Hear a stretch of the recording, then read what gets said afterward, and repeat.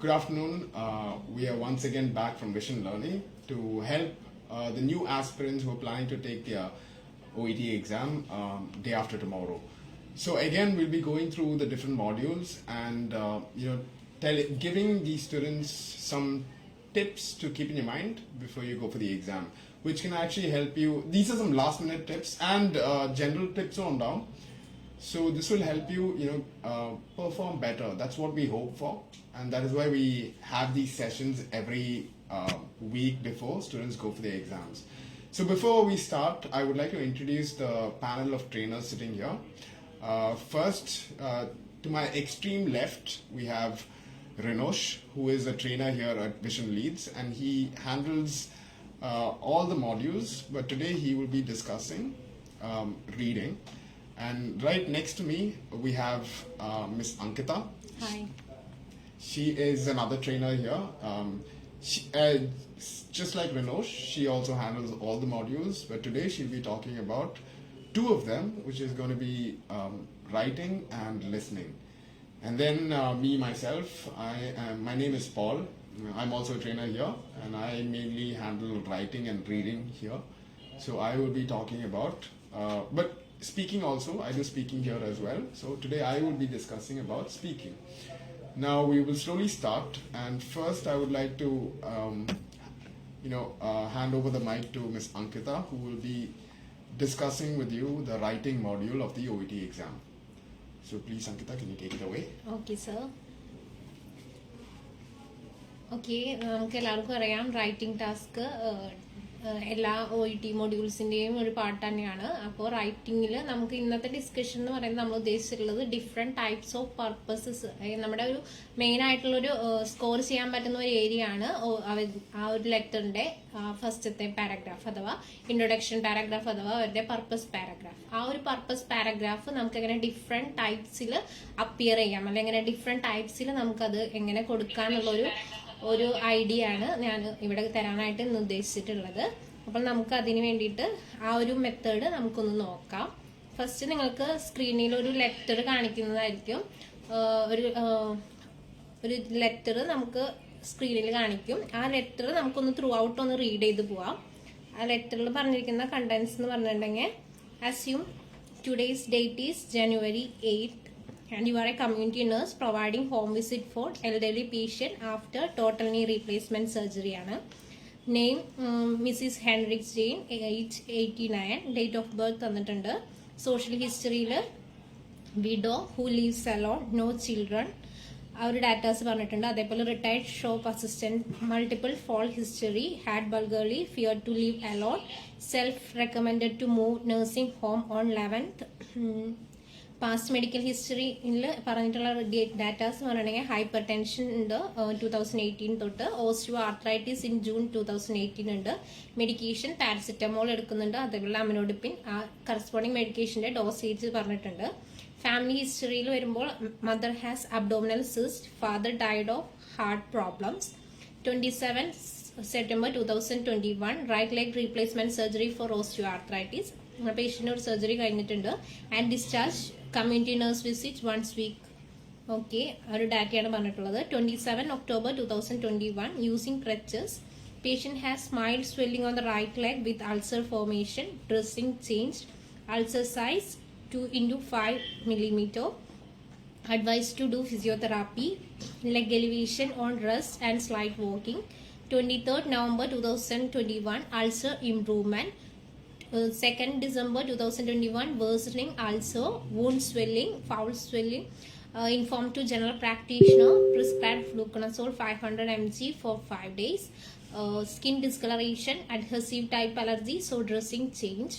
10th December 2021 ulcer size increased to 4 into 5 mm. Exudate note pus.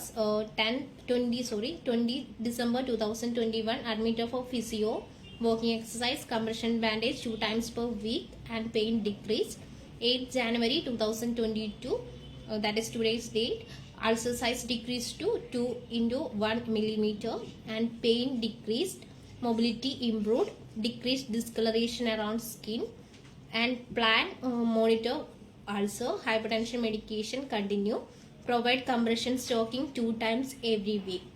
Writing task, write a transfer letter to nursing home manager for ongoing care including her medical history and needs.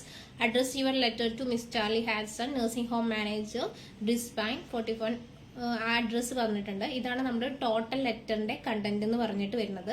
അപ്പൊ ഈ കണ്ടന്റിൽ വെച്ചിട്ട് നമുക്ക് എങ്ങനെ ഇതിന്റെ different types of purposes identify ചെയ്യാന്നുള്ളൊരു common ആയിട്ടുള്ള ഒരു മെത്തേഡാണ് ഇനിയിവിടെ പറഞ്ഞു തരാനായിട്ട് ഉദ്ദേശിച്ചിട്ടുള്ളത്. ഓക്കെ, ഈ ലെറ്റർ നിങ്ങൾ എല്ലാവരും ഒന്ന് റീഡ് ചെയ്ത് പോയിട്ടുണ്ടെന്ന് വിശ്വസിക്കുന്നു. അപ്പൊ ഇതിൽ നമുക്ക് ഐഡന്റിഫൈ ചെയ്യാൻ പറ്റുന്ന കാര്യങ്ങൾ എന്ന് പറഞ്ഞിട്ടുണ്ടെങ്കിൽ അവർക്കൊരു replacement surgery right leg knee replacement surgery underwent ചെയ്തിട്ടുള്ള ഒരു പേഷ്യന്റ് ആണ് അവര്. അതിന്റെ ഒരു പോസ്റ്റ് ഓപ്പറേറ്റീവ് കോംപ്ലിക്കേഷൻ ആയിട്ട് അവർക്കൊരു വൂണ്ട് അൾസർ ഡെവലപ്പ് ചെയ്തിട്ടുണ്ടെന്ന് മനസ്സിലാക്കാൻ പറ്റും. ആ ഒരു അൾസറിന് ആ ഒരു ഡ്രസ്സിങ്ങിന് വേണ്ടിയിട്ട് നമ്മളൊരു കമ്മ്യൂണിറ്റി നഴ്സിംഗ് വിസിറ്റ് അവർക്ക് അറേഞ്ച് ചെയ്തുകൊണ്ടിരുന്നു. ആ വിസിറ്റ് ചെയ്തായിരുന്ന കമ്മ്യൂണിറ്റി നഴ്സാണ് നമ്മള്. ആ നഴ്സാണ് പിന്നെ അവരുടെ ഫർദർ കെയറിന് വേണ്ടിയിട്ട് നെക്സ്റ്റ് അവരിനെ ഒരു ട്രാൻസ്ഫർ ചെയ്യുന്നത്. ഒരു നഴ്സിംഗ് ഹോമിലേക്ക് ആ പേഷ്യന്റ് ട്രാൻസ്ഫർ ആവാണ്. ഇന്നലെ ട്രാൻസ്ഫർ ആവുന്നത് 11th ആ ഒരു ഡാറ്റാസ് ആണ് പറഞ്ഞിട്ടുള്ളത്. ആ ഒരു നമ്മുടെ ഡ്രസ്സിംഗ് ചേഞ്ചസ് പ്രൊവൈഡ് ചെയ്യുന്നതിന്റെ ഇടയിൽ നമ്മൾ ഒരു ഡേറ്റിൽ അവരുടെ ഒരു അൾസർ നോട്ടീസ് ചെയ്യുന്നുണ്ട്. അതിൽ ഫസ്റ്റിലത്തെ ഒരു ഇമ്പ്രൂവ്മെന്റ് ഉണ്ടെങ്കിലും കോൺസിക്വന്റ് വിസിറ്റിൽ അൾസറിന്റെ ഒരു വേഴ്സണിങ് കണ്ടീഷൻ നമ്മൾ നോട്ടീസ് ചെയ്യുന്നു. അതിന് വേണ്ടിയിട്ടുള്ള കെയറുകൾ കൊടുക്കുന്നു. അതോടൊപ്പം ഇന്നത്തെ കണ്ടീഷൻ എന്ന് പറയുന്നത് അൾസറിൽ സ്ലൈറ്റ്ലി ഇമ്പ്രൂവ്മെന്റ് ഉണ്ട്. എന്നിരുന്നാലും അവരുടെ ഫർദർ കെയറിന് വേണ്ടിയിട്ട് നമ്മൾ അവരെ ഷിഫ്റ്റ് ചെയ്യാണ്. അതോടൊപ്പം അവർക്കൊരു ബർഗറി ഇൻസിഡൻസ് ഉണ്ടായിട്ടുണ്ട്. അത് കാരണം അവർ ഫിയർ ടു ലീവ് സെലോണ എന്ന് പറയുന്നുണ്ട്. ഇതാണ് ഇതിന്റെ ടോട്ടൽ ആയിട്ടൊരു കണ്ടന്റ് വരുന്നത്.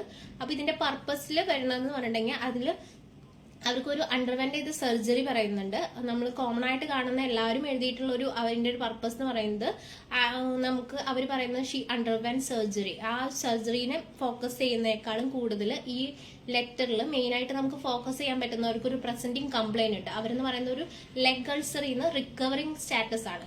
ആ ഒരു ഇമ്പോർട്ടൻസ് നമുക്ക് ആ ഒരു വൂണ്ടിന് അല്ലെങ്കിൽ അവരുടെ ഇപ്പോഴുള്ള വൂണ്ട് അൾസറിന് കൊടുക്കുകയാണെന്നുണ്ടെങ്കിൽ നിങ്ങൾക്ക് കുറച്ചും കൂടി ആ ഒരു ലെറ്ററിന്റെ പർപ്പസ് ഓറിയന്റഡ് ആയിട്ട് ആ ലെറ്റർ മെൻഷൻ ചെയ്യാൻ പറ്റും.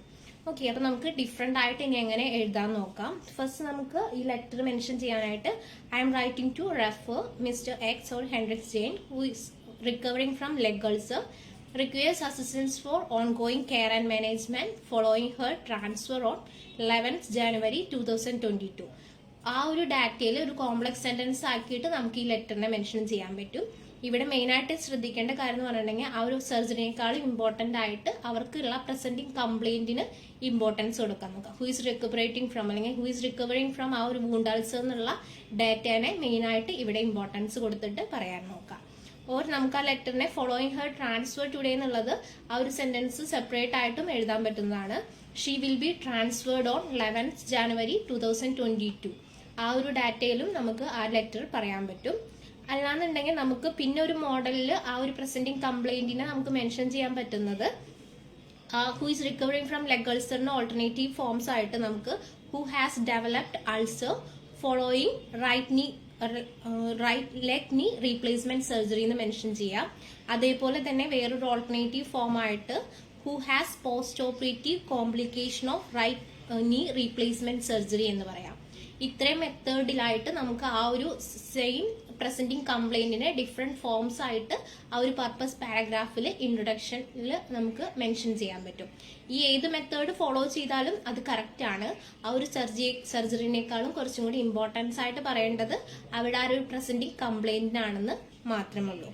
പിന്നെ നമുക്ക് ഈ ലെറ്റർ ഒരു റെഫറൽ ലെറ്റർ ആണ്. അതേപോലെ ഇതൊരു ട്രാൻസ്ഫർ ലെറ്റർ ആണ്. ആ ഒരു I'm writing to transfer Mr Henricks J എന്ന് പറഞ്ഞാലും ആ ഒരു ഫോർമാറ്റ് ഓക്കെ ആണ്. അതേപോലെ തന്നെ പക്ഷെ അതിന് ലാസ്റ്റ് ആവുമ്പോഴേക്കും പിന്നെ നമുക്ക് അവിടെ ലാസ്റ്റിൽ പറയണമെന്നേ ഉള്ളൂ ഫോളോയിങ് ഹെർ ട്രാൻസ്ഫർ അല്ലെങ്കിൽ she will be transferred on ഇന്ന ഡേറ്റ് ആണെന്നുള്ള കാര്യം സ്പെസിഫൈ ചെയ്ത് മെൻഷൻ ചെയ്യണമെന്നേ ഉള്ളൂ. പിന്നെ വേറൊരു മെത്തേഡിൽ നമുക്ക് എഴുതാൻ പറ്റുന്നത് transferring Mrs Henricus J an 89-year-old, requires ongoing care and management following her transfer on 11th January 2022. She full stop. She is recovering from ulcer developed during post-operative period. Okay, ഈ ഒരു മെത്തേഡിൽ നമുക്ക് ഇൻട്രൊഡക്ഷൻ പാരഗ്രാഫിൽ ലെറ്ററിന്റെ ആ ഒരു purpose paragraph നമുക്ക് mention ചെയ്യാൻ പറ്റും. ഇത്രയും ടൈപ്സിൽ എഴുതിയാലും നമുക്ക് അതൊരു അപ്രോപ്രിയേറ്റ് വേ തന്നെയാണ് ലെറ്റർ മെൻഷൻ ചെയ്യുന്നതിനുള്ളത്. ഈ ഒരു ഏത് മെത്തേഡ് ഫോളോ ചെയ്താലും നിങ്ങൾ അഷ്യൂർ ചെയ്യുക നിങ്ങൾ എഴുതിക്കുന്ന വേ പ്രോപ്പറാണ്. ഞാൻ പണ്ടും നമ്മുടെ ക്ലാസ്സസിൽ പറയാറുള്ള പോലെ തന്നെ നമ്മളോട് ഫോളോ ചെയ്യുന്ന മെത്തേഡിൽ അതിൽ ഇമ്പോർട്ടൻ്റ് ആയിട്ട് അവരുടെ ഒരു പ്രോപ്പർ ഡയഗ്നോസിസിനേക്കാളും കൂടുതൽ അവർക്ക് ഒരു പ്രയോറിറ്റി അവരൊരു പ്രസൻറ്റിങ് കംപ്ലൈൻറ്റിന് ഉണ്ടെങ്കിൽ ആ ഒരു കംപ്ലൈൻറ്റിനെ മെൻഷൻ ചെയ്യാനായിട്ട് പർപ്പസ് പാരഗ്രാഫിൽ ശ്രമിക്കുക. അതിന് നിങ്ങൾക്ക് എന്തായാലും ഒരു B-BAND സ്കോർ അച്ചീവ് ചെയ്യാൻ പറ്റും ഈ ഒരു മെത്തേഡിലാണ് നിങ്ങൾ ഫോളോ ചെയ്യുന്നുണ്ടെങ്കിൽ. അതേപോലെ തന്നെ അറ്റ് എ ടൈം നിങ്ങൾക്ക് ത്രൂ ഔട്ട് ലെറ്ററിൽ ബാക്കിയുള്ള കാര്യങ്ങളും മെൻഷൻ ചെയ്യണം. ഒരേപോലെ തന്നെ അതിൽ ഗ്രാമാറ്റിക്കൽ എറേഴ്സും അങ്ങനത്തെ നിങ്ങളുടെ കണക്റ്റീവ്സ് ലിങ്കിങ് ഫ്രേസസ് ഒക്കെ അപ്രോപ്രിയേറ്റ് ആയിട്ടാണല്ലോ യൂസ് ചെയ്തിട്ടുള്ളതെന്ന് എഷ്യൂറൻസ് ചെയ്യണം. ഇതിന് ഫുള്ളായിട്ട് നിങ്ങൾ ടോട്ടൽ ആ 45 മിനിറ്റ്സിലെ 5 മിനിറ്റ്സ് റീഡിങ്ങിന് പോയി കഴിഞ്ഞ് ബാക്കിയുള്ള ടൈമിൽ പ്രോപ്പറായി ഓർഗനൈസേഷനും അതേപോലെ തന്നെ റൈറ്റിങ്ങിലെ പ്രൂഫ് റീഡിങ്ങിനും എടുക്കുകയാണെന്നുണ്ടെങ്കിൽ നിങ്ങൾക്ക് ഒരു നിങ്ങൾ വിചാരിക്കുന്ന ഒരു സ്കോർ അച്ചീവ് ചെയ്യാനായിട്ട് സാധിക്കും. ഇതാണ് ഇന്ന് നമ്മൾ ഡിസ്കസ് ചെയ്യാനായിട്ട് റൈറ്റിങ്ങിനെ കുറിച്ചിട്ട് ഉദ്ദേശിച്ചിട്ടുള്ളത്. Okay, thank you. Thank you, Ankita. That was very helpful. Not a detailed ആയിട്ട് and she really took us through an entire question of our question എന്തൊക്കെ important details എന്നൊക്കെ correct ആയിട്ട് പറഞ്ഞു. So I think that was very helpful. We've got a clear understanding of what details we should include in the letter and what details we don't really have to include in the letter. Ni അടുത്തതായിട്ട് I will be discussing about the module of speaking. So speaking ന്റെ കാര്യം പറയുകയാണെങ്കിൽ see, there are certain things you have to know about speaking. What is the speaking exam? It actually it starts with ആദ്യം കുറച്ച് warm-up questions ഒക്കെ ചോദിക്കും. ആ warm-up questions ഒന്നും it's not very important in the idea that അതൊന്നും assess ചെയ്യില്ല. For your marking it's not really assessed. But as you go down, അത് കഴിയുമ്പോൾ then you're going to have a role play. ഈ role play actually രണ്ട് cards ഉണ്ടാവും. So you're going to have to do it twice. And the role play, obviously you would know this, but this is for just general idea about the speaking module. So in the role play, first once you get the card in your hand, you will have 3 minutes to prepare your, mentally get ready to answer the question and even ask questions. And then 5 minutes later, you'll have to actually participate in the role play. So obviously, you opposite examiner, and most of the time the examiner will be the patient, and you as the student will have to act as the nurse. Now, today I want to give you some tips on how to do it better, how to do this exam better. So first, there are certain 5 aspects that you have to keep in your mind. The first thing is use your preparation time well. So I told you 3 minutes kittum adyam appo aa samayathu it's very important that you use it well. So first, even before the role play starts, you can probably ask for the name of the patient. Adine choichu vekkanengil aa peru avade you can just note it down, so then you don't remember. Pinne edikku parnondirikkanaykke peru vilikkendi vanna pinne aalokikkanayittu samayam waste cheyanda avashyamilla. Odane paper you can actually see it. The next thing you should do in your preparation time is underline keywords. If you have a medical jargon or medical terms, just underline that so that you know that is a word that I have to mention and then explain it. So in the case, underline it will be very helpful. Okay, you'll have to go through in the case and so one way to help yourself is to underline keywords so that you'll be able to use it. Another thing that you should do is you should always be ready to start. Okay, don't feel like what you should do is mentally an idea, starting when you just look at the details, like in the location, hospital ward home visit community health center note patient characteristics like is he old or is he young, or there are certain other things also, as in like what is the situation and in the particular medical problem, and why is the nurse coming today, why is the nurse meeting up with him. Already a plan that is how you should actually start the interview. Starting it bullet points what are the things you have to say. So before you even look into all that, at least first note mentally you'll be ready to start straight away. Tension. So it's very important that at starting at least mentally prepare the weekend. So your preparation time is very helpful, and they give you this preparation time. Okay, so make sure you're prepared and you're ready to start. That's the first tip I want to give you. Then another tip I want to tell you is listen to the patient. That is active listening. This is another characteristic in this module that you have to pay attention to. Because see, this patient in the role play, there's obviously going to be a lot of bullet points and it'll all be in an order. But the thing is, sometimes the patient can actually ask questions in a mixed order. So asameta, you might get confused if you think that all these questions are going to come in one particular order. That might not be the case. Asameta, you have to listen to what exactly the patient is saying. Don't by heart either order so you should also listen to what the patient is talking about and then try to give appropriate responses to that. You have to give the correct responses. Obviously you're going to lose marks there. So please actively listen to what the patient is talking about. Next thing I want to tell you is to be ready to adapt. Okay, what do I mean by ready to adapt? See, the thing is, when you're talking, you have to be able to, as I mentioned before, listening. You have to listen to the patient and adapt. See, you should be ready to change. How can I put this in words? Okay, before I talk about this, I would like to give you another point and then I'll come back to this.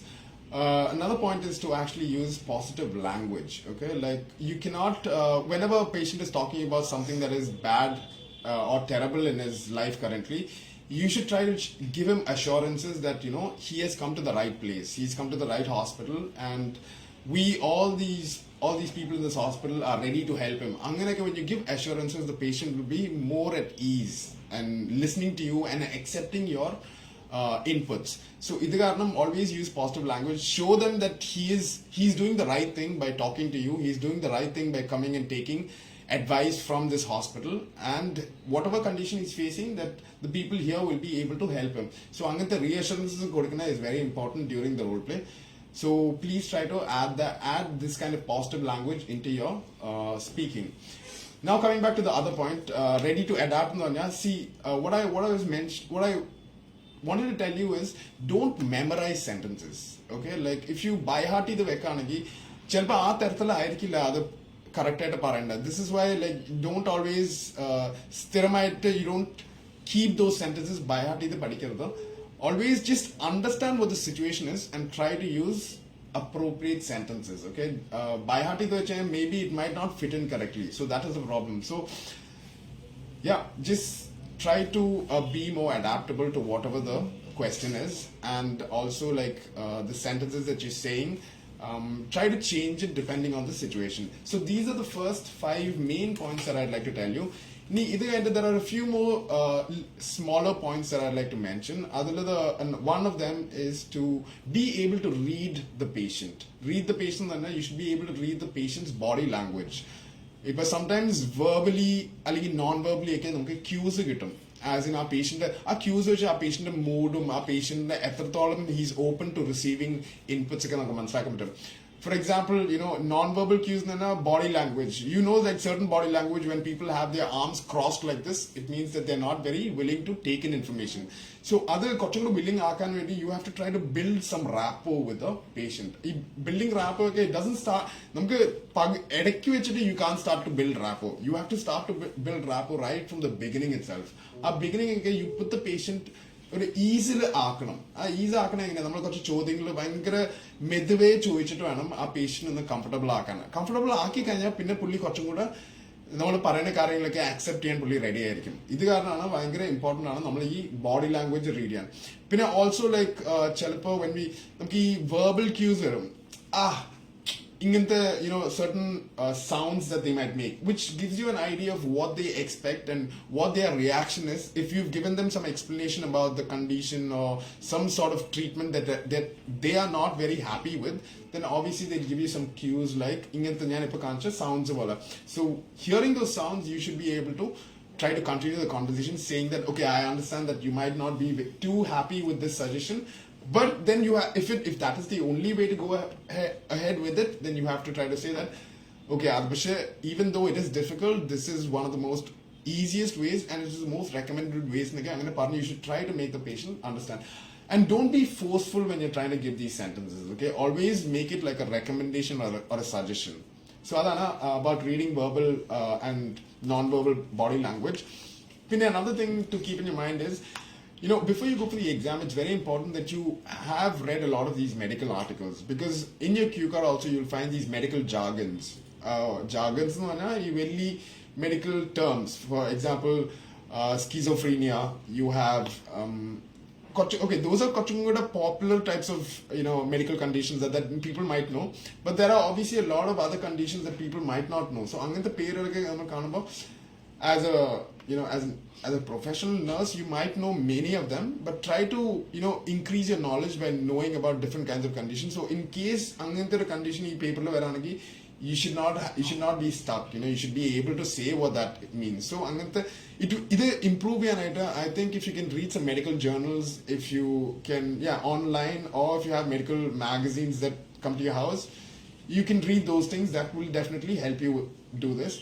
And idinte kuda thanna medical jargons nu parna vala, you should also know how to pronounce it properly. You know, you should not like tetti pronounce cheyumbo it doesn't really give a good picture about, you know, your field. Basically, you're working in the nursing field, so you should know how to pronounce these kind of words really well. For example, you know, there's a podiatrist. Some people say it as podiatrist, which is actually wrong. So when you pronounce it, you should be able to pronounce it as podiatrist. Words, so please remember, keep that also in your mind.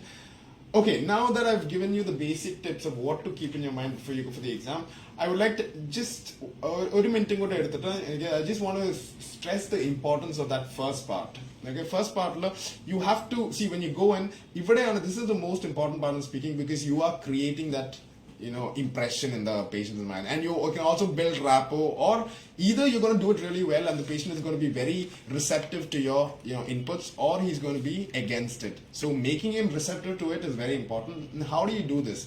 By asking good questions and asking questions in a very respectful way. So first thing you have to do is greet the patient. You know, you can say good morning, and you can also clarify the name of the patient if need be. For example, if you know the patient's name, you can be like, maybe it's a home visit that you're going for, and you're meeting the patient for the first time, but you know the patient's name. So as soon as the patient opens the door, you can say, good morning, Mr. David. It is David, isn't it? So see, I'm confirming the name once again. So it sounds more respectful, you know, rather than just presuming, oh, David just to keep answering these questions. It sounds a lot better, and that people will be, obviously he'll also want to answer in a very nice way. So greeting the patient is very important. Next thing you have to do in the introduction is, when you start the role play, is to introduce yourself. You have to say who you are. Your name has to be given. After you give your name, you should also clarify your role. Where are you from? What do you do? You should mention. Like if you're from the community health center, you mention that. And who are you in the community health center? You are a registered nurse there. So try to mention those things. And then the last thing in the beginning part is you have to explain the reason for your visit. Your reason for the visit, obviously in the cue card, in the role play, it will be mentioned. Todakati, you will actually have the idea of what this patient has gone through and what you are required to do. So maybe the patient does not know that, and you try to explain that to him. You explain that, what the situation is and the reason why you have come. But sometimes the patient might know it already. If he knows it, what you can do is you can mention this and you can ask him, isn't that correct? Or isn't, you're just, once again, you're trying to make him respond to your questions also. This is how, questions you can get him to completely be involved in that conversation. So these are my tips for today's session, and I hope, I don't want to go too much into detail, just because your exam, some of you will be having your exams day after tomorrow. So just try to keep these things in your mind and do the best you can. So yes, all the best. And now I would like to hand over the mic to Mr. Renosh, who will be taking you through the reading.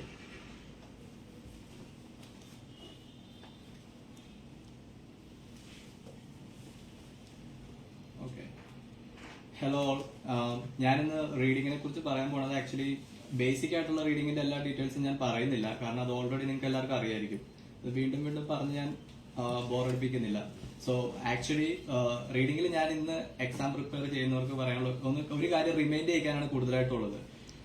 Reading part A ആണെങ്കിലും B ആണെങ്കിലും C ആണെങ്കിലും ഒരിക്കലും time management correct ആയിട്ട് നോക്കുക, time ഒട്ടും waste ചെയ്യാതിരിക്കാൻ ശ്രമിക്കുക. Part എയിൽ തന്നെ നമ്മൾ പ്രാക്ടീസ് ചെയ്യുമ്പോൾ പറയാറുണ്ടല്ലോ 30 മിനിറ്റ്സ് ടൈം വെച്ചിട്ട് പ്രാക്ടീസ് ചെയ്യണമെന്ന് പറയാറുണ്ട്. സോ അതുകൊണ്ട് തന്നെ ആ പ്രാക്ടീസ് ചെയ്ത് കഴിഞ്ഞാൽ തന്നെ നമുക്ക് ഏകദേശം 2 മിനിറ്റ്സ് ലാഭം കിട്ടുന്നതാണ് അവസാനം ടൈം ചെക്ക് ചെയ്യാൻ വേണ്ടിയിട്ട്.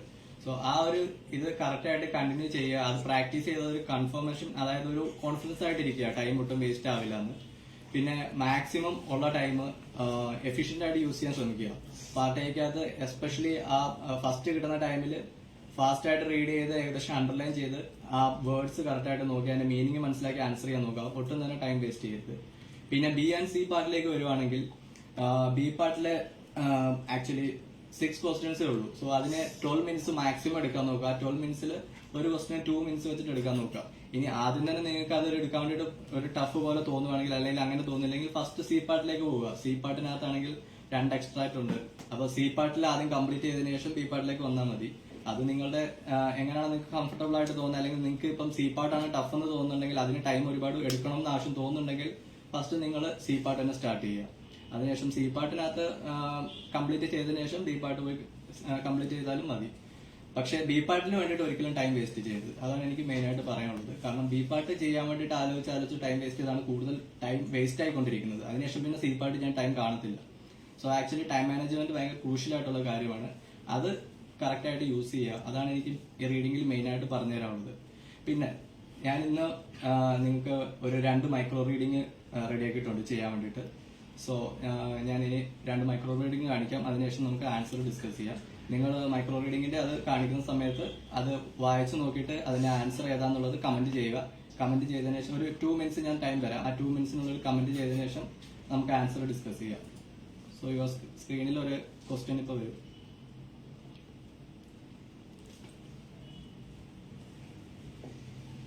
ഓക്കെ, ആ വന്നിരിക്കുന്ന പാസേജ് വായിച്ച് അതിനകത്ത് ക്വസ്റ്റ്യൻ ആൻസർ ഏതാണ് ആൻസർ വരുന്നത് നിങ്ങൾ കമന്റ് ചെയ്യുക.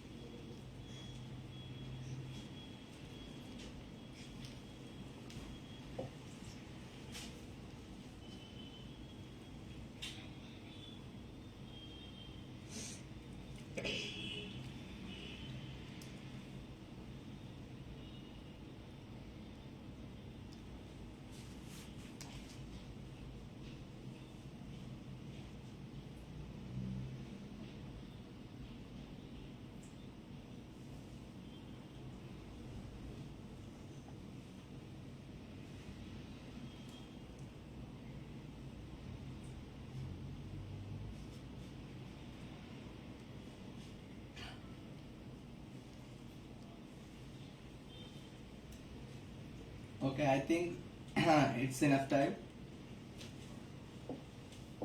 Okay, ഇതില് 2 പേര് കമന്റ് ചെയ്തിട്ടുണ്ട്. ബി ആണ് ആൻസർ ചെയ്തേക്കുന്നത്. സോ ശരിയാണ്, ആക്ച്വലി കറക്റ്റ് ആൻസർ ആണ്, ബി ആണ് ആൻസർ. സോ ഇനി ബി എങ്ങനെ വന്നു എന്നുള്ള കാര്യം നമുക്ക് ഡിസ്കസ് ചെയ്യാം. സോ അതെന്തെന്ന് വെച്ചാൽ ആദ്യം നമ്മൾ ഇതിനകത്ത് ഒരു ഈസി ആയിട്ടുള്ള ഒരു മെത്തേഡ് എന്ന് പറയുന്നത്, okay Chandini yes, Jincy yes, B ആണ് ആൻസർ. ഇതിൽ കറക്റ്റ് ആയിട്ടുള്ള ഒരു ഫോളോ ചെയ്യാവുന്ന ഒരു മെത്തേഡ് എന്ന് പറഞ്ഞാൽ നമ്മളിപ്പോ 2-3 മെത്തേഡ് നമുക്ക് യൂസ് ചെയ്യാൻ പറ്റുന്നതാണ്. ആദ്യം പാരഗ്രാഫ്സ് വായിച്ചതിന് ശേഷം ക്വസ്റ്റ്യൻ വായിച്ചു, അതിനുശേഷം ആൻസേഴ്സ് ചെക്ക് ചെയ്യുന്നത് ഒരു മെത്തേഡ്. പക്ഷെ കുറച്ചും കൂടി എഫിഷ്യന്റ് ആയിട്ട് എനിക്ക് തോന്നുന്ന ഒരു മെത്തേഡ് എന്ന് പറയുന്നത് ഫസ്റ്റ് നമ്മൾ ക്വസ്റ്റ്യൻ നോക്കുക. ക്വസ്റ്റ്യൻ എന്താണെന്നുള്ളത് ഐഡന്റിഫൈ ചെയ്ത് അതിന്റെ ഒരു മീനിങ് എന്താണ്, അവരെന്താണ് ഉദ്ദേശിക്കുന്ന പർപ്പസ് എന്ന് ഐഡന്റിഫൈ ചെയ്തതിന് ശേഷം ആ പാരഗ്രാഫ്സ് പോയി വായിച്ചതിന് ശേഷം ആൻസേഴ്സ് നോക്കുക. അതിലൊരു ബെനിഫിറ്റ് എന്തെന്ന് പറഞ്ഞു കഴിഞ്ഞാൽ ആ ക്വസ്റ്റിന്റെ ആ മീനിങ് മനസ്സിലാക്കി കഴിഞ്ഞാൽ നമുക്ക് എക്സാക്ട്ലി ആ പാരഗ്രാഫിന്റെ എല്ലാ, അതായത് കംപ്ലീറ്റ് ചിലപ്പോൾ വായിക്കേണ്ട ആവശ്യം വരത്തില്ല. അത് എല്ലാത്തിലും വരത്തില്ല, പക്ഷെ ഡിപ്പെൻഡ്സ് അപ്പോൺ ദ പാരഗ്രാഫ്സ്. ഈ പാരഗ്രാഫിലാണെങ്കിൽ വേണമെങ്കിൽ നമുക്ക് ഇത് കംപ്ലീറ്റ് വായിച്ച് നോക്കേണ്ടി വരും. പക്ഷെ എല്ലാ പാരഗ്രാഫിലും അങ്ങനെ ഒരു ഇത് വരത്തില്ല. ചിലപ്പോൾ ചില സമയത്ത് ഒരു പാരഗ്രാഫിന്റെ അവസാനം എൻഡിൽ വല്ലതായിരിക്കും ആൻസർ കിടക്കുന്നത്. അപ്പം അതിന്റെ അത്രയും ഭാഗം മാത്രം നമുക്ക് വായിച്ചു കഴിഞ്ഞാൽ ചിലപ്പോൾ ആൻസർ കിട്ടും. സോ അതുകൊണ്ട് കംപ്ലീറ്റ് ആയിട്ട് അതിന്റെ മീനിങ് മനസ്സിലാക്കി ആൻസർ ചെയ്യേണ്ടതായിരിക്കില്ല എപ്പോഴും വരുന്നത്. സോ ഇപ്പൊ ഇതിന്റെ അകത്ത് വരുവാണെങ്കിൽ ക്വസ്റ്റ്യൻ ഇതാണ്, this policy document States that nurses. So ഈ ഡോക്യുമെന്റിനകത്ത് എന്താണ് നഴ്സസിനെ കുറിച്ച് സ്റ്റേറ്റ് ചെയ്യുന്നതെന്നാണ് ചോദിച്ചിരിക്കുന്നത്. സോ അതിനകത്ത് ഈ ക്വസ്റ്റ്യന്റെ ഈ നമുക്ക് തരുന്ന പാരഗ്രാഫ്സിന്റെ ഹെഡിങ്സ്, അതായത് ആ ഹെഡിങ്സിനകത്ത് ഇമ്പോർട്ടൻസ് ഉണ്ട്. ചില ടൈമിൽ ആ ഹെഡിങ്സിനകത്തുനിന്ന് നമുക്ക് ആ ക്വസ്റ്റ്യൻ അല്ലെങ്കിൽ ആ ഒരു പാരഗ്രാഫ്സ് വായിക്കുന്നതിന് മുമ്പ് ആ പാരഗ്രാഫ്സിൽ എന്താണ് പറയുന്നത് എന്നുള്ള ഒരു ഐഡിയ നമുക്ക് കിട്ടും. സോ ഇതിൽ പറഞ്ഞിരിക്കുന്നത് സ്റ്റോക്ക് റിക്വസിഷനിങ് എന്നാണ്. അതായത് ഒരു ഹോസ്പിറ്റലിലെ മെഡിക്കേഷൻ അല്ലെങ്കിൽ മെഡിസിന്റെ സ്റ്റോക്ക് റിക്വസ്റ്റ് ചെയ്യാൻ യൂസ് ചെയ്യുന്നത്, അതായത് ആ റിക്വസ്റ്റിനെ കുറിച്ചാണ് ഈ പാരഗ്രാഫിൽ അവർ പറയുന്നത്. സോ അതിനകത്ത് വരുമ്പോൾ ഈ ഡോക്യുമെന്റിനകത്ത് എന്താണ് നേഴ്സസിനെ കുറിച്ച് അല്ലെങ്കിൽ അതിൽ എന്താണ് അതിനെ കുറിച്ച് പറയുന്നതെന്നാണ് ഇതിൽ പറഞ്ഞിരിക്കുന്നത്. അപ്പം ഈ stock levels of medicine are low, the nurses should firstly liaise directly with the ward-based team to arrange urgent stock replenishment. So, if the ward-based team is unavailable, the nurse should complete a request form online and email it to the pharmacy stores. So, അത് പറയുന്നത് വേറൊന്നുമല്ല, അതിനകത്ത് സ്റ്റോക്കിന്റെ കാര്യം വന്നു കഴിഞ്ഞാൽ normally അവര് ward based ആയിട്ടുള്ള ടീമിന്റെ അടുത്താണ് സ്റ്റോക്കിന് വേണ്ടിയിട്ട് റിക്വസ്റ്റ് ചെയ്യേണ്ടത്. ഇനിയിപ്പോ അവർ വാർഡ് ബേസ്ഡ് ആയിട്ടുള്ള ടീം അൺഅവൈലബിൾ ആണെങ്കിൽ നേഴ്സസ് ഉറപ്പായിട്ടും ഒരു റിക്വസ്റ്റ് ഫോം ഓൺലൈനായിട്ട് ഫില്ല് ചെയ്തിട്ട് ഇമെയിൽ ചെയ്ത് കൊടുക്കണം ഫാർമസിയിലേക്ക്. ഇത് paper based ordering system are available. അത് paper based ordering system available ആണ്. However, these should not be relied on if war stock is urgently needed. അതായത് ഇത് ചില സമയത്ത് എപ്പോഴും അത് എന്താ പറയാ യൂസ്ഫുൾ ആയിട്ടുള്ള അല്ലെങ്കിൽ എപ്പോഴും അത് റിലയബിൾ ആയിട്ടുള്ള ഒരു ഓപ്ഷൻ അല്ല. കാരണം അർജന്റ് ആയിട്ടുള്ള വാർഡ് സ്റ്റോക്ക് ആവശ്യമുള്ള സമയമാണെങ്കിൽ ചിലപ്പം ഇത് യൂസ്ഫുൾ ആവണമെന്നില്ല. അതായത് എപ്പോഴും നമുക്ക് ഇതുപോലെ സ്റ്റോക്ക് എഴുതി കൊടുത്ത് ഓൺലൈനിൽ ഫില്ല് ചെയ്തിട്ട് ഓർഡർ ചെയ്യാൻ പറ്റണം എന്നില്ല എന്നവിടെ പറഞ്ഞിട്ടുണ്ട്.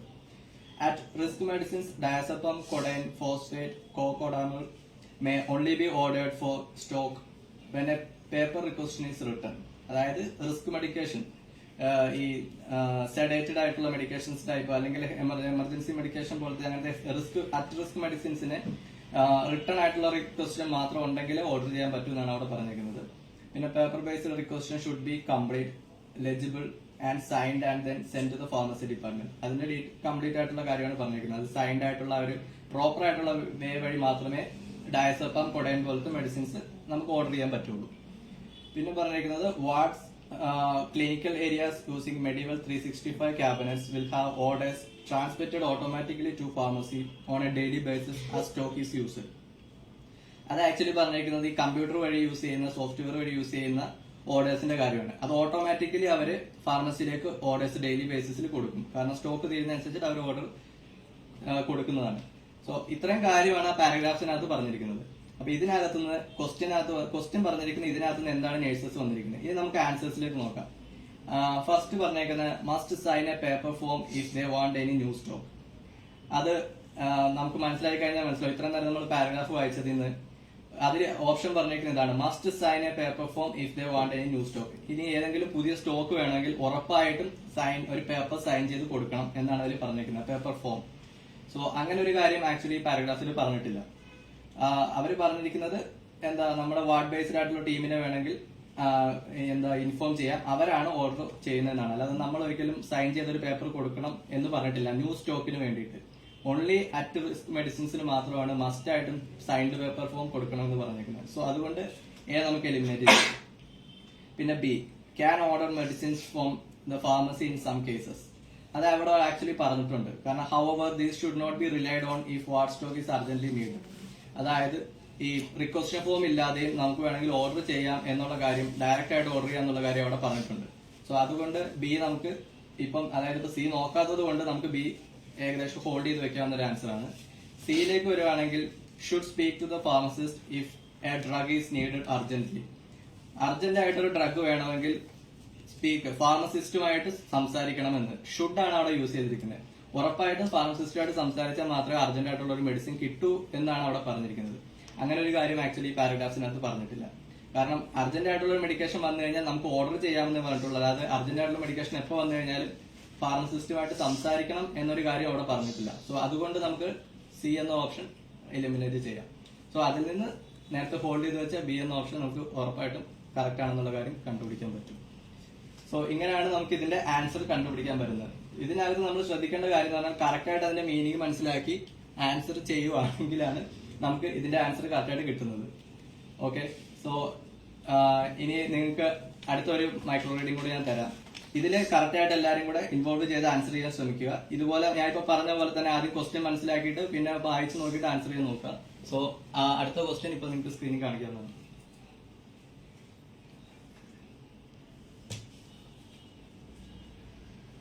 Okay, I will give you 2 minutes. അത് വായിച്ച് നോക്കിയിട്ട് ആൻസർ ചെയ്യാൻ നോക്കുക. Please comment the answers.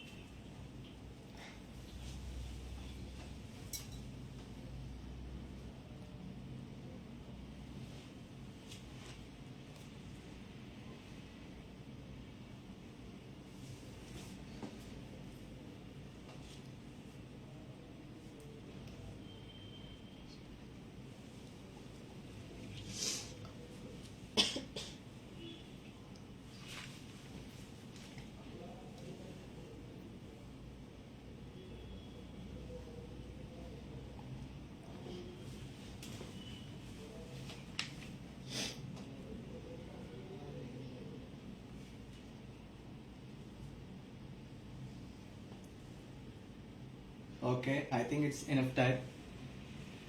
കുറെ പേര് ആൻസർ ചെയ്തിട്ടുണ്ട്. എല്ലാവരുടെയും കറക്റ്റ് ആൻസർ ആണ് C. Yes, almost everybody answered correct. ഇതിന്റെ ആൻസർ സി തന്നെയാണ് വരുന്നത്. ഇനി അത് വന്ന എങ്ങനെയാണെന്നുള്ളത് നോക്കാം.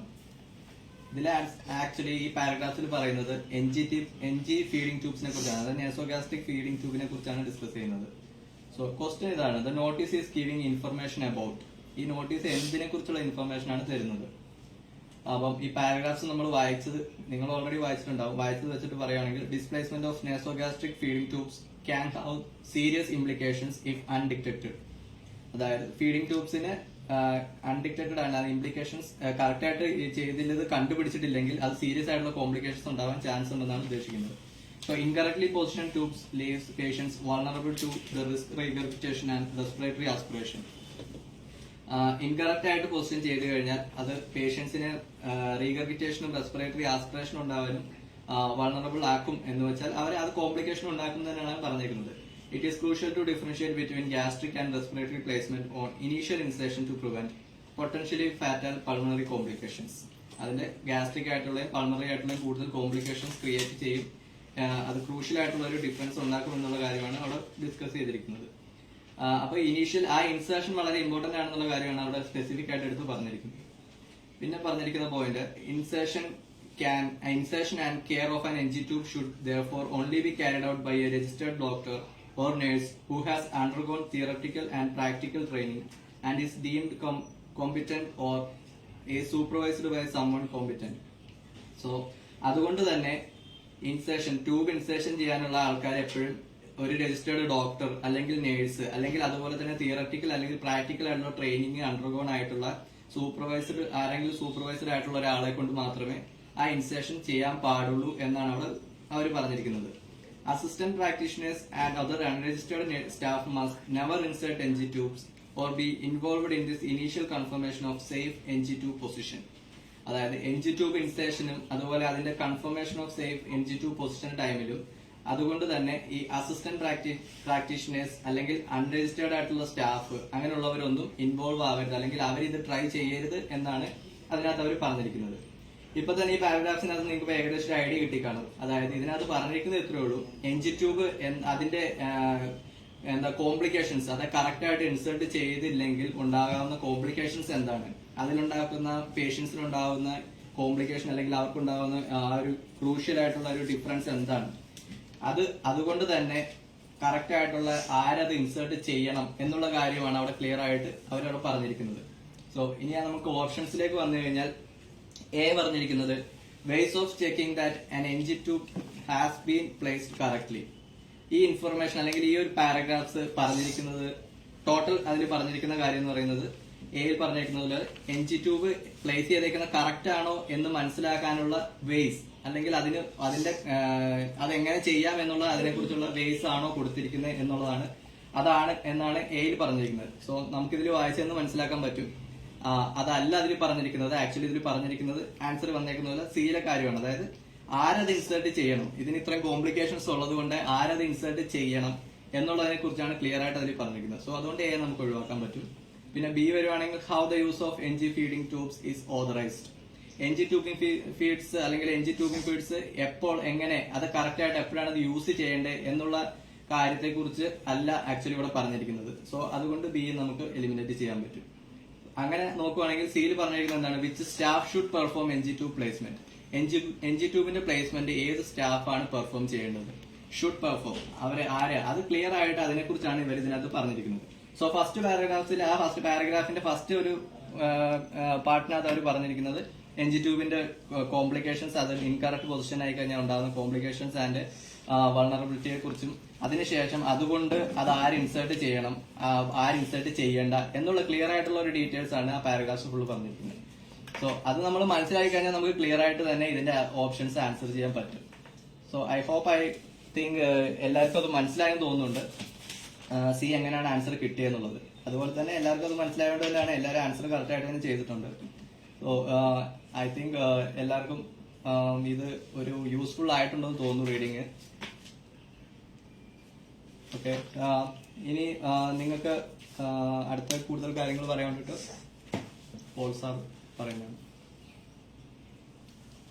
Thank you so much Ranosh. അതും നല്ല ഡീറ്റെയിൽഡ് ആയിട്ട് he's taken us through 2 questions അതിന്റെ ഓൾ ഓപ്ഷൻസും എക്സ്പ്ലെയിൻ ചെയ്ത് തന്നു. എന്ത് കാരണം ചില ഓപ്ഷൻസ് വരാത്തയും എന്ത് കാരണം ചില ഓപ്ഷൻസ് വരണേന്ന്. ഈ റീഡിംഗ് ചെയ്യുന്ന സമയത്ത് there's 2 ways to give the answer. I'll just summarize a little bit of what he said. അതായത് ചിലപ്പോൾ ഡയറക്ട്ലി നമുക്ക് ആൻസർ തന്നിട്ടുണ്ടാവും. അങ്ങനെയാണെങ്കിൽ നമുക്ക് ആ 3 ചോയ്സസ് വായിച്ചു കഴിഞ്ഞിട്ട് ഏത് ചോയ്സ് കറക്റ്റ് ആയിട്ട് ഫിറ്റ് ആണെന്ന് നമുക്ക് കൊടുക്കാൻ പറ്റും. പക്ഷെ ചിലപ്പോൾ നമുക്ക് അങ്ങനെ ഒരു കറക്റ്റ് ആൻസർ ആയിട്ട് നമുക്ക് അങ്ങനെ പോയിന്റ് ഔട്ട് ചെയ്യാൻ പറ്റില്ല. അങ്ങനെ 3 ചോയ്സസ് വരാണെങ്കിൽ എന്താ ചെയ്യണമെന്ന് വെച്ചാൽ ഏതൊക്കെയാണ് കംപ്ലീറ്റ്ലി തെറ്റെന്ന് പറഞ്ഞിട്ട് അത് എലിമിനേറ്റ് ചെയ്യാൻ നോക്കണം. ഓക്കെ, സോ അതിൽ എന്തായാലും 2 ചോയ്സസ് ഷുവർ ആയിട്ട് കംപ്ലീറ്റ്ലി തെറ്റായിട്ട് എഴുതിയിട്ടുണ്ടാവും. ആ ഓപ്ഷൻസ് എലിമിനേറ്റ് ചെയ്ത് കഴിഞ്ഞാൽ then you can go for the choice that is correct. So ഈ രണ്ട് തരത്തിൽ നോക്കണം. First try to pinpoint the correct answer. If you're not able to do that, then eliminate the choices and then go for the the remaining choice. Appo you can get your answer. So yes, Renush, thank you so much for your inputs. It was very informative.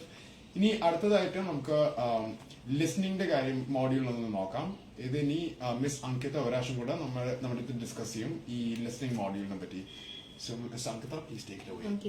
Thank you sir. നമുക്ക് ലിസണിങ്ങിനെ കുറിച്ചിട്ട് discuss ചെയ്യാം. ലിസണിങ്ങിനെ പറഞ്ഞിട്ട് നമ്മൾ കഴിഞ്ഞ live സെക്ഷൻസിലൊക്കെ പറഞ്ഞിട്ട് പോലെ കുറെ ടിപ്സും നമുക്ക് എങ്ങനെയൊക്കെ കുറെ കാര്യങ്ങൾ ചെയ്യാന്നുള്ളതൊക്കെ ഓൾറെഡി നമ്മളൊരു ഡിസ്കസ്ഡ് ആണ്. അതിന് കുറച്ച് ടിപ്സ് എന്ന് പറഞ്ഞിട്ടുണ്ടെങ്കിൽ നമുക്ക് പറയാനായിട്ടുള്ളത് യൂഷ്വൽ കോമൺ ആയിട്ടൊരു റൊട്ടീൻ നിങ്ങൾ പ്രാക്ടീസ് ചെയ്തെടുക്കുക. അത് തന്നെയാണ് മെയിൻ ആയിട്ട് ലിസണിങ്ങിനാണെങ്കിലും റീഡിങ്ങിനായിട്ടും വേണ്ടത്. ഈ ലാസ്റ്റ് മിനിറ്റ്സ് പ്രിപ്പറേഷൻ ടൈമിൽ നമുക്ക് നമ്മൾ ചെയ്തിരുന്ന പ്രാക്ടീസ് ചെയ്ത് ഓവർ പ്രാക്ടീസ് ചെയ്യരുത്. ആ ഒരു ലാസ്റ്റ് 2 days നിങ്ങൾ മാക്സിമം റിലാക്സ് ചെയ്തിരിക്കാൻ നോക്കുക. കൂളായിട്ട് ലിസണിങ് മൊഡ്യൂള് അപ്പിയർ ചെയ്യാൻ നോക്കുക. ആ ഒരു പോയിന്റ് തന്നെയാണ് നിങ്ങൾ മെയിൻ ആയിട്ട് ഫോക്കസ് ചെയ്യേണ്ടത്. മാക്സിമം എക്സാമിന്റെ ടൈമിൽ എല്ലാവരും റിലാക്സ്ഡ് ആയിട്ട് ഒരു ഓഡിയോ നിങ്ങൾക്ക് കേൾക്കണം എന്നുണ്ടെങ്കിൽ ആ ഒരു പോഡ്കാസ്റ്റ് അങ്ങനെ ഒരു ഹെൽത്ത് ടോക്ക് ഒക്കെ ആണെങ്കിൽ ആ ഒരു കണ്ടിന്യൂറ്റി മെയിൻറ്റെയിൻ ചെയ്തിട്ട് നിങ്ങൾക്ക് എക്സാം ഹാളിലേക്ക് എൻ്റർ ചെയ്യാവുന്നതാണ്. അതിനുശേഷം ഓഡിയോന്റെ പ്രോബ്ലംസ് ഉണ്ട്, അങ്ങനെ എന്തെങ്കിലും മെറ്റീരിയൽസ് എന്തെങ്കിലും പ്രോബ്ലം ഉണ്ടെന്നുണ്ടെങ്കിൽ നേരെ ഇന്റർലോക്യൂട്ടറെ ഇൻഫോം ചെയ്യുക. മാക്സിമം ആ ഡേ നിങ്ങൾ റിലാക്സ്ഡ് ആയിട്ടും കംഫർട്ട് ആയിട്ടും ആണ് എക്സാമിന് അപ്പിയർ ചെയ്യണമെന്നുള്ളത് ഉറപ്പുവരുത്തുക. അതാണ് മെയിൻ ആയിട്ട് വേണ്ടത്. ഇന്ന് നമ്മൾ ഉദ്ദേശിച്ചിട്ടുള്ളത് റിനോഡ് സാർ ഡിസ്കസ് ചെയ്ത പോലെ തന്നെ ഇന്ന് ലിസണിങ്ങിന് വേണ്ടിയിട്ടും നമുക്ക് 2 മൈക്രോ ലിസണിങ് സെക്ഷൻസ് പ്ലാൻ ചെയ്തിട്ടുണ്ട്. അപ്പൊ നിങ്ങൾക്ക് ഉള്ള ഒരു ക്വസ്റ്റ്യനും അതേപോലെ തന്നെ ഓഡിയോ, ഫസ്റ്റ് നമുക്ക് ക്വസ്റ്റ്യൻ നിങ്ങളുടെ സ്ക്രീനിൽ കാണിക്കുന്നതായിരിക്കും. അപ്പൊ നിങ്ങൾക്ക് അതൊന്ന് റീഡ് ചെയ്യാം. അതിനോടൊപ്പം നമ്മൾ ഓഡിയോ ആ ക്വസ്റ്റ്യനിങ് കഴിഞ്ഞ് അതിനോടൊപ്പം ഓഡിയോ പ്ലേ ചെയ്യും. അപ്പൊ നിങ്ങൾ നിങ്ങളുടേതായ കമന്റ്സ് അത് ആൻസർ ഏതാണെന്നുള്ളത് കമന്റ് ചെയ്യുക. അതിനുശേഷം നമുക്ക് ഡിസ്കസ് ചെയ്യാം ഏതെങ്ങനെയാണ് ആ ആൻസർ റൈറ്റ് ആയിട്ട് വന്നതെന്നും റോങ് ആൻസേഴ്സ് എങ്ങനെ അവോയ്ഡ് ചെയ്യാൻ പറ്റുന്നുള്ളതും നമുക്ക് ടോട്ടലി ആയിട്ടൊന്ന് ഡിസ്കസ് ചെയ്യാം. ഓക്കെ,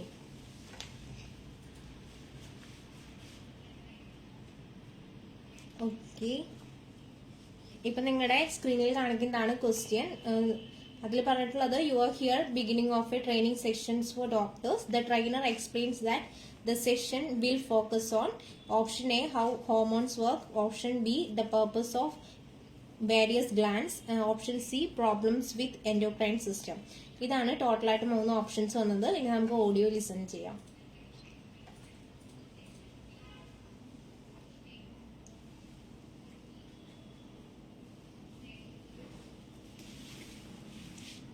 ഓക്കെ, സോറി, ആ ഒരു സ്ക്രീനിൽ കാണിച്ച ക്വസ്റ്റ്യനിൽ മിസ്റ്റേക്ക് ഉണ്ടായിരുന്നു. അത് ഇപ്പൊ മാറ്റിയിട്ടുണ്ട്. അത് നിങ്ങൾക്ക് ഇപ്പൊ നോക്കാം. ആ ഒരു സെയിം ഓഡിയോ ആ ഒരു ക്വസ്റ്റ്യൻ ഞാൻ വായിച്ച ക്വസ്റ്റ്യൻ ആണ് ഇപ്പൊ സ്ക്രീനിൽ ഉള്ളത്. അത് നിങ്ങൾക്ക് ഒന്നും കൂടി റീഡ് ചെയ്യാം.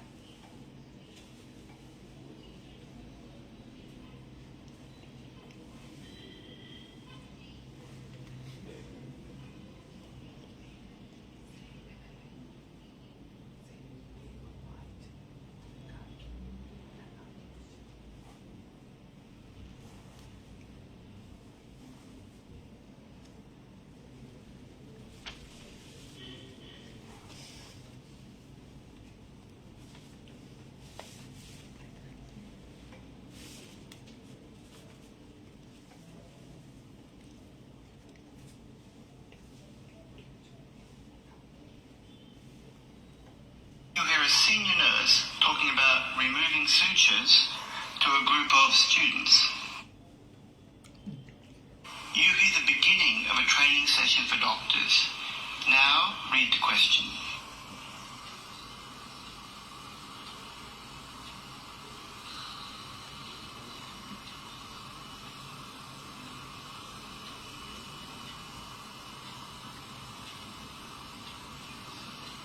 The function of the endocrine system is to regulate the various organs within the body, and it does this by using hormones, which are produced by glands.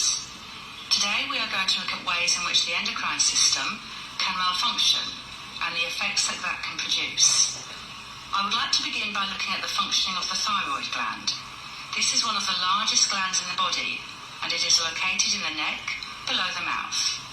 It produces a number of hormones, the most important of which are T3 and T4.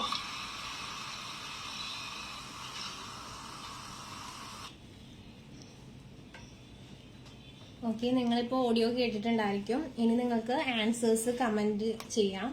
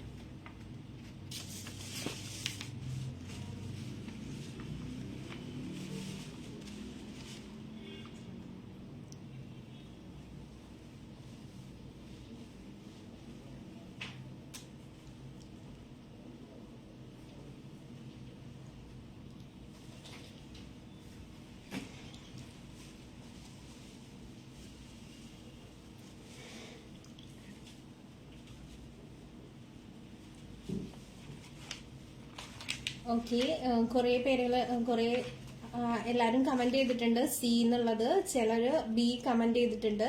നമുക്ക് ആ audio ശ്രദ്ധിച്ചാൽ അതിന്റെ transcript നോക്കുകയാണെങ്കിൽ നിങ്ങൾക്ക് കാണാൻ പറ്റും. അതിൽ പറയുന്നുണ്ട്, ട്രാൻസ്ക്രിപ്റ്റിൽ പറയുന്നുണ്ട്. ഓക്കെ, അതിന്റെ ആൻസർ വരുന്നത്, കറക്റ്റ് ആൻസർ സി ആണ് വരുന്നത്. ആ ഒരു ആൻസർ എന്തുകൊണ്ടാണ് വന്നതെന്ന് നമുക്ക് ആ ട്രാൻസ്ക്രിപ്റ്റ് നോക്കുകയാണെങ്കിൽ കാണാൻ പറ്റും. ട്രാൻസ്ക്രിപ്റ്റിൽ പറയുന്നുണ്ട്, the function of endocrine system is to regulate the various organs within the body, and it does this by using hormones which are produced by the glands. Today we are going to look at the ways in which endocrine system can malfunction and the effect that can produce. I would like to begin by looking at the functioning of thyroid gland. This is one of the largest glands in the body, and it is located in the neck below the mouth. It produces a number of hormones, the most important of which are T3 and T4. ഇതാണ് ആ ഒരു ട്രാൻസ്ക്രിപ്റ്റിൽ include ആയിട്ടുള്ള data. അതിൽ നിങ്ങൾക്ക് focus ചെയ്താൽ കാണാൻ പറ്റും. ഇതിൽ ക്വസ്റ്റ്യൻ ചോദിച്ചിട്ടിരിക്കുന്നത്, the trainer explains that the session will focus on. ആ ഒരു പോയിന്റ് ആണ് നിൽക്കുന്നത്. ഇതിൽ നോക്കുമ്പോൾ നമുക്ക് ആ ട്രാൻസ്ക്രിപ്റ്റിൽ നിന്ന് കാണാൻ പറ്റും, endocrine system can malfunction and the effect. ആ ഒരു പ്രോബ്ലംസ് വിത്ത് എൻഡോക്രൈൻ, അതാണ് ഓപ്ഷൻ വന്നിട്ടുള്ളത്. ആ ഒരു മാൽഫങ്ഷന്റെ അതിന്റെ ഇഫക്റ്റിനെ കുറിച്ചിട്ടാണ് that can produce. I would like to begin by looking at the function of thyroid gland. അങ്ങനെ പറഞ്ഞിട്ടാണ് ആ ഓഡിയോ പറയുന്നത്. അതിൽ തന്നെ നമുക്ക് മനസ്സിലാക്കാൻ പറ്റും ആ ഒരു മാൽഫങ്ഷൻ, അതിന്റെ ഒരു ഇത് തന്നെയാണ് വരുന്നത്, problems with the endocrine system എന്നുള്ളത്. ആ ഒരു ആൻസർ വരുന്നത് സി ആണ്. എ ആൻഡ് ബി റോങ് ആണെന്നുള്ളത് നമുക്ക് ഒബ്വിയസ്ലി ആ ഒരു ട്രാൻസ്ക്രിപ്റ്റിൽ കൂടെ ത്രൂ ഔട്ട് ഒരു തറവ് റീഡിംഗ് നടത്തി കഴിഞ്ഞിട്ടുണ്ടെങ്കിൽ നമുക്ക് മനസ്സിലാക്കാൻ പറ്റും. ആ ഒരു A and B are wrong എന്നും C problems with endocrine system ആണ് നമ്മളുടെ ആൻസർ ആയിട്ട് വരുന്നത് എന്നുള്ളതും. ഓക്കെ, എനിക്ക് തോന്നുന്നു എല്ലാവർക്കും ഒരുവിധം എല്ലാവരും നന്നായിട്ട് ആൻസർ ചെയ്തിട്ടുണ്ട്, ആ ഒരു റൈറ്റ് ആൻസർ തന്നെ. ഓക്കെ, നമുക്ക് നെക്സ്റ്റ് മൈക്രോ ലിസണിലേക്ക് കടക്കാം. നിങ്ങൾക്ക് നെക്സ്റ്റ് ക്വസ്റ്റ്യൻ അതേപോലെ തന്നെ സ്ക്രീനിൽ കാണാൻ പറ്റും. അപ്പൊ നിങ്ങൾക്ക് അതൊന്ന് ജസ്റ്റ് നോക്കുകയാണെന്നുണ്ടെങ്കിൽ അതിനുശേഷം നമുക്ക് ഓഡിയോ പ്ലേ ചെയ്യാവുന്നതാണ്.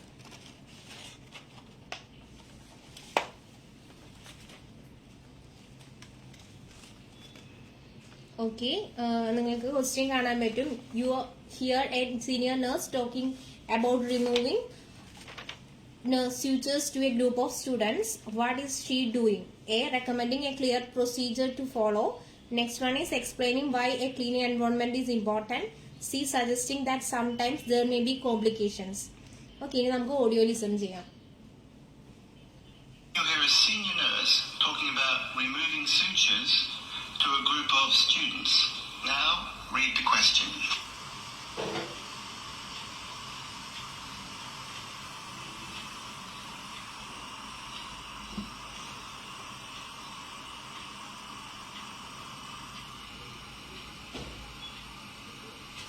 When removing sutures, firstly put on your apron. If you have long hair, be sure that it is tied back securely. Explain to the patient that you're going to remove their sutures they'll probably use the word stitches. Secondly, ask them if they're comfortable. They may ask if the procedure will hurt. Reassure the patient that removing sutures doesn't hurt.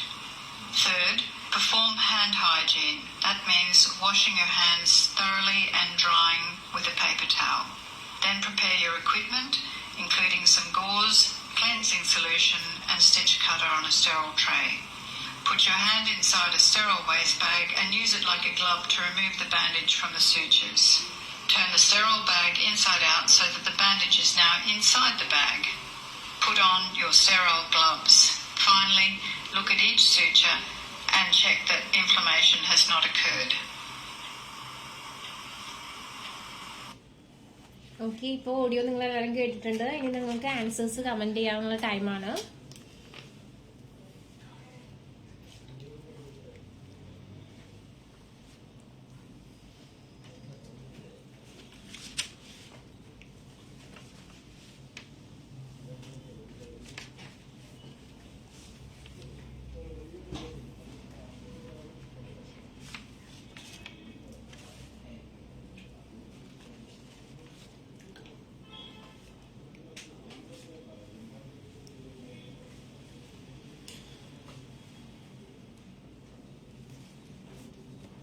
Okay,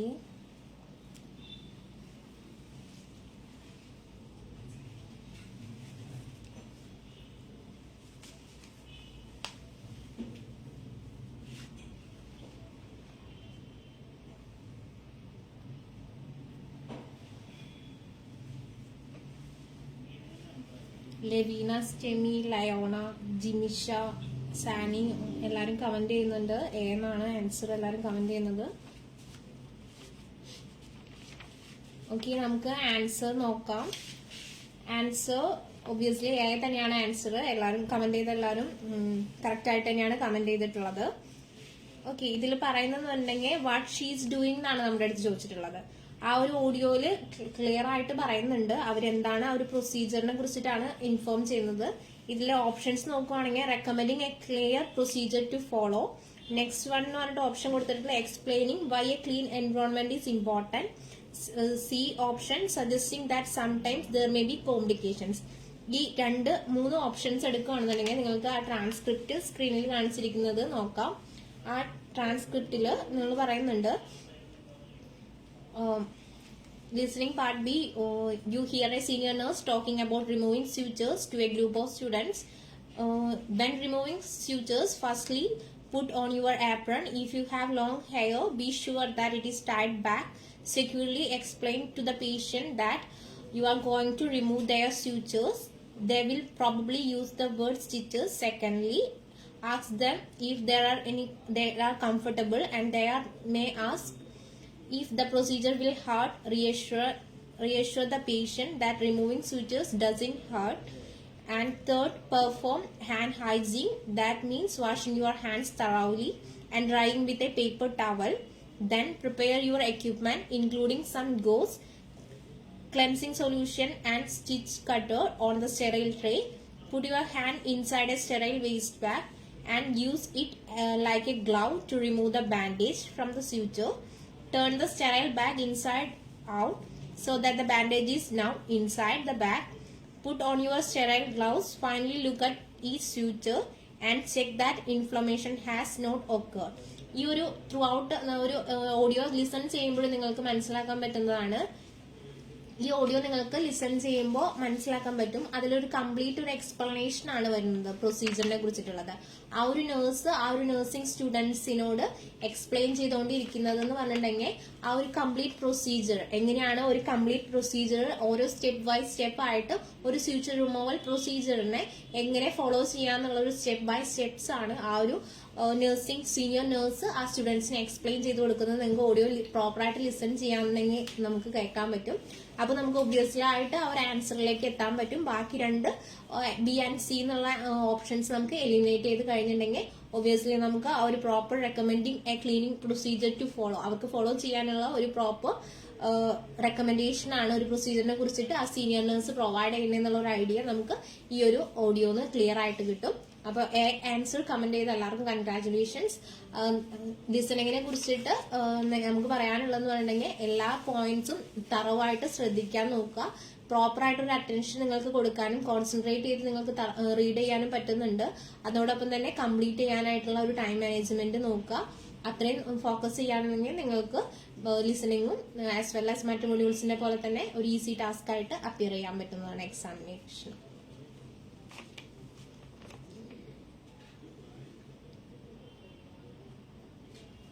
Okay, thank you again, Ankita. That again, ഭയങ്കര in-depth informative കാര്യങ്ങൾ പറഞ്ഞു, especially with the examples that she took us through.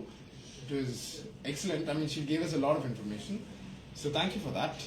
And Ini, there's I think we've covered all the modules of the OET exam. So I hope it has been helpful in some manner. I mean, നിങ്ങൾക്ക് എന്തെങ്കിലും ഒരു ചെറിയ input കിട്ടിയിട്ടുണ്ടാവുമെന്ന് ഞങ്ങൾ വിശ്വസിക്കുന്നു. So thank you to all the participants who participated today. I know we started at a little bit of a rush because we couldn't wait for all of you to join and then start because we were already pushed for time.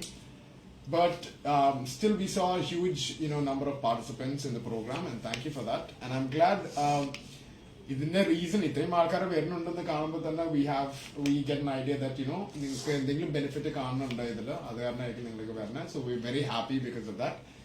ഇനി we all of us from here from Vision Learning, we hope that all the aspirants who are planning to write the exam day after tomorrow do really well, and all the best, good luck.